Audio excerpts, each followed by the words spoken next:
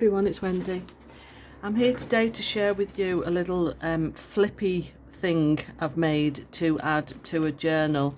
It's made from a kit from Rach and Bella called Times and Seasons, and there's also a vintage kit of the same theme and an ordinary kit. So have a look on their Etsy and Ko-fi shops. Obviously the links will be down below. But it's just a little cute thing.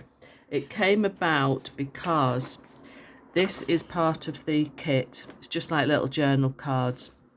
And I thought, right, what can I do with it instead of making, you know, just cutting it up and using as journal cards. So I thought, right, so I made myself a little template like this, just an A4 piece of paper. And I thought, right, if I cut it across the middle, but not right the way across, and fold like so, and then fold up, and then obviously decorate it up. So that was my template I went by. So then I needed to obviously trim the name off there and trim this side down, which is, where's my piece that I've already done? Like so. See, I've cut the top off there and I've just trimmed this side down to about 1 centimetre. Then cut into the middle, but trimmed just a little slither. Can you see the little gap there? Just so that when it is folded up like that, it will fold together quite nicely without getting caught up. Because if you don't trim any off, it's about less than 0.5 centimetre, about 3 1/4 millimetres. If you don't, when you fold it, it will all pucker up. So that is the basis. So I'll just do that now with you, just to show you what I mean. So I'm just trimming the name off the top and about 1 centimetre off the side. See, I've trimmed the name off there and 1 centimetre off the side. So what I'm going to do is I'll just get a pencil, or probably a pen might be better to show you. I'm going to fold down here, score it on my scoreboard, and cut up here. This Sharpie pen's not brilliant. So let's get the scoreboard, and I'm just lining up the lines I've put on just with a score mark there and down, and the same here, like so. So that will fold in and fold back on itself. That's just worked out quite nice. So those edges line up. Then we want to cut in here. Let me just get my big scissors. Let me just get rid of this. I use this glove when I'm crocheting more than normal crafting. So I'm going to cut up quite close to the image, as straight as I can, just up to that last fold line there. And I'm going to cut off about 3 or 4 millimetres in width, like so, and then just pull that off. It's only a tiny bit, like that. And then we're going to fold that up. Let me just double check that, yeah, okay, like so.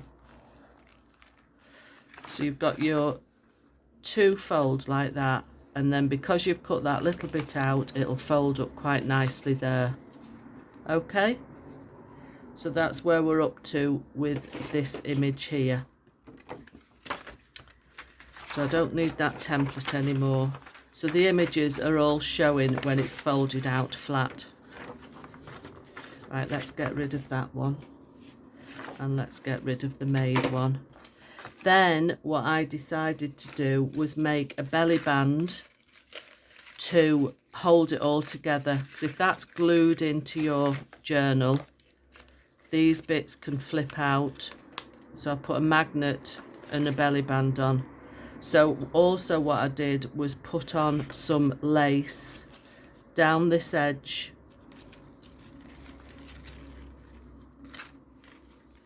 That's the inside, and on the outside. So let's go ahead and do that first. I did put some washi tape on this one, but I really don't think... Oh, I know, that's why I did it, to hold this postcard in, because I used a postcard from the image. So you've got some extra journaling space under there as well.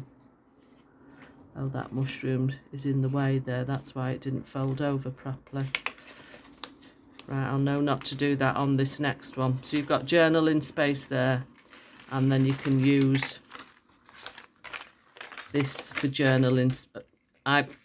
Start again, Wendy. I stuck some images on there, but you don't have to. You can use that for journaling space. Okay, so let's get the postcard stuck onto there with some washi tape. So I just folded it in half. Which way did I fold it? I have to keep looking back at the one I've already done. Right, I see. So I put it on that way, folded it in half. Could just stick it down with sellotape or fancy washi tape. Or you could just glue an image on there. So let's just get some washi tape. See what I've got in the drawer here. The same one as I used before, but I'm just going to put some glue on because I don't always trust washi tape. Sorry if you can hear that car alarm going off somewhere. Trouble is with alarms, they go off, then a lot of people don't take much notice of them, do they?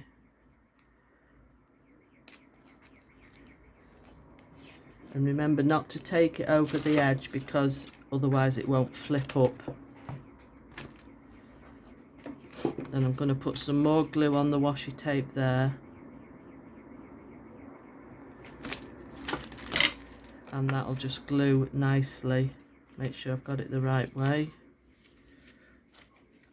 That way. Sort of in the middle-ish. Like so. Then I'm going to glue some lace on there. I might even put 2 layers. Let's just see how it looks with one there. Just to the edge.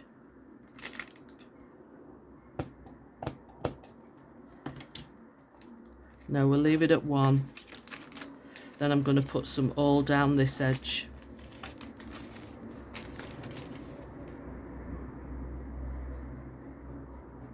This glue is actually 3-in-1, so it's fine for gluing lace on.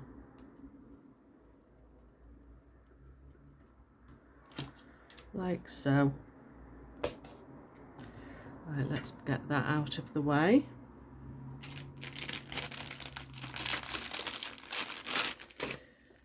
Okay, so then I put some... Oh, I know what I did here. Forgot about this. I used a piece of the paper from the kit and cut it down and just pleated it. I didn't measure it, I just put folds in. Just a piece of paper like this. And then I went to the sewing machine and stitched it in a black zigzag and glued that on. So I'll go off and do that now. Okay, my sewing machine decided to play silly billies, so finally got it to play nicely. So I'm going to glue that on all the way just down there. Again, I'll just use this 3-in-1 glue down there.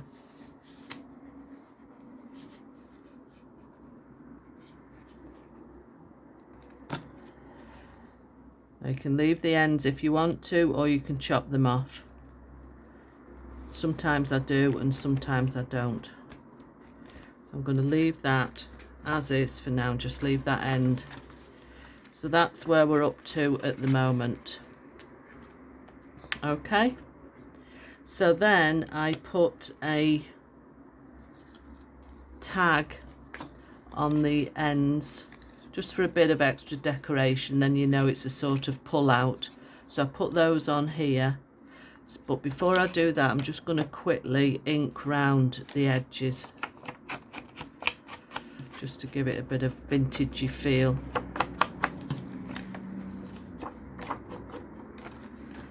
I should have done this before I put the camera on, really.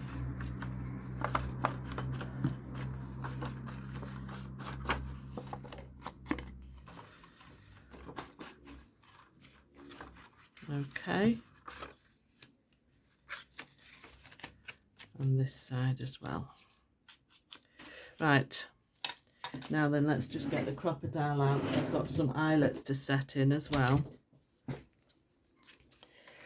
So I'm going to put one of these on each piece of these in different sort of depths so that you can see them both from the front.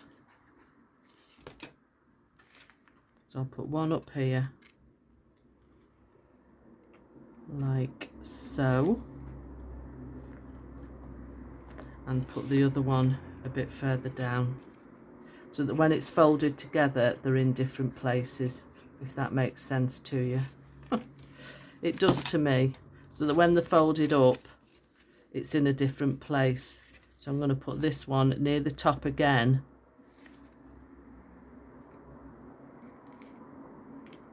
so that when that's folded, it's there. Okay, so they're in different places.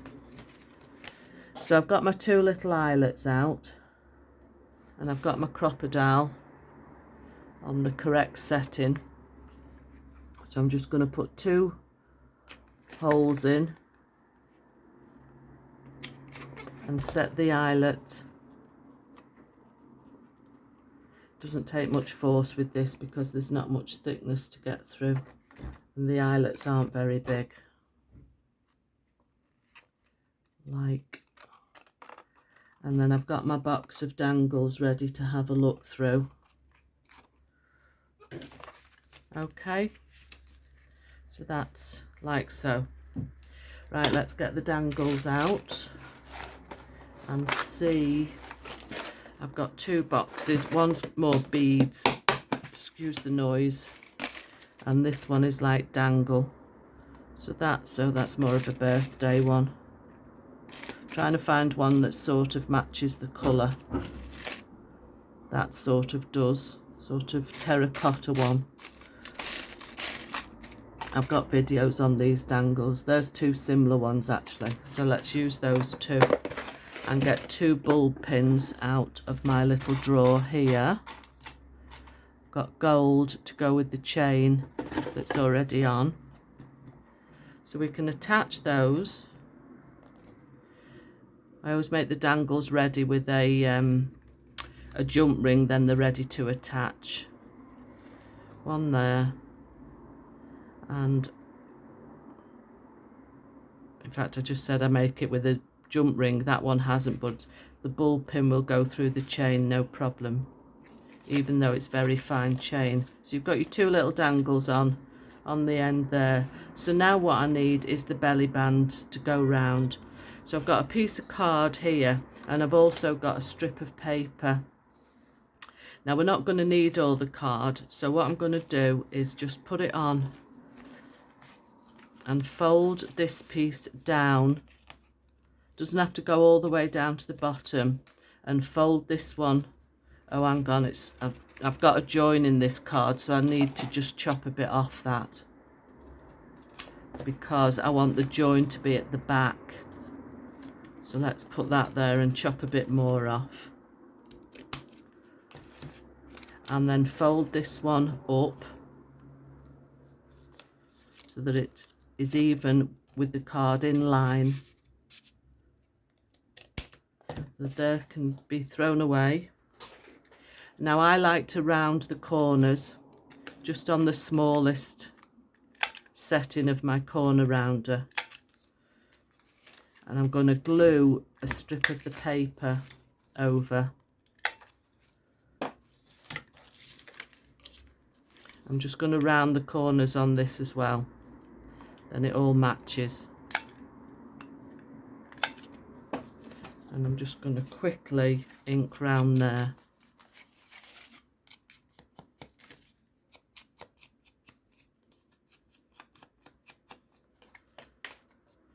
Right, a piece of paper's just gone on the floor. So I'm going to glue the paper just past this first fold, because that'll be at the back now.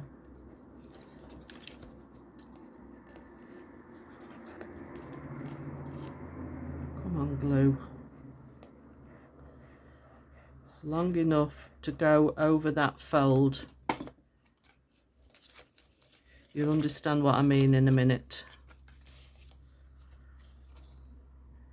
Like so. And that's the fold there, because this is going to be glued onto the back of the piece. So that's fine. Then glue this other end onto the other end of this piece.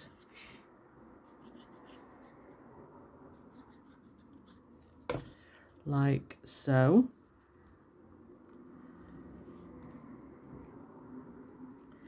Now I've got a little bit, that little piece there, I'm going to keep because I want to punch some circles out of it. So here's my piece I want to put the belly band on. So this fold in the join in the card goes to the back, and I'm going to put some glue on there, then it glues onto the back of the piece. And get it as near to the middle as you can. Central, like so. Okay, so that's glued down now. Then I want to punch a couple of circles out of this piece of paper, and that's to go over the magnets. Now on my previous video of showing a belly band with a magnet, I was fiddling about with the magnets, and because they're so tiny, in fact these are even smaller, I've just had to put them on my metal ruler up here. Can you see they're little tiny ones, a few millimeters. So what I found was an easy way to do it is split them, separate them, put your pieces of paper, that's just jumped onto my scissors. So put some glue on the piece of paper, on the circle, put your magnet on. Now that's not gone down the right way just yet, but I need to make sure that the magnets come together correctly, if you understand my meaning. Now I'm hoping, see that's pulled it flat now. So they're glued to those circles of paper. Now I'm going to put one here and glue it down onto that flap. Then that's going to fold over, and then the glue is going to attach onto the other piece. Let me just separate them now and I'll show you what I mean. You can just get your thumb in between the circles of paper so that you've got your magnet under there now and the magnet on that one. So you can press down and make sure the glue sticks properly. So you've got your magnet just in the center of that circle, and then it goes together and holds. So I found that an easier way of doing it. And then you can decorate that up. You can put some little words on these tabs. Where's my original one? Like so. Where's my magnet? See, that's the magnet under that punch circle, and one here. And I just put some words on the tabs. Now doesn't that make a nice piece of interest to go into a journal page. Now I'm not going to stick the ephemera on this one. I'm going to leave it blank for journaling space. See, I've put images on this one, so that looks nice, but I'm going to leave this one blank so that you've got all that journal space extra. But I will put some words on here. So I'm quite pleased with that idea, and it's another way of using some of the ephemera in a bit of a different way. So let me know what you think in the comments. I'd be really interested to know. And if you've done anything similar as well, leave me a link to your channel. That would be great. So thank you for joining me today, and I shall see you all next time. Bye.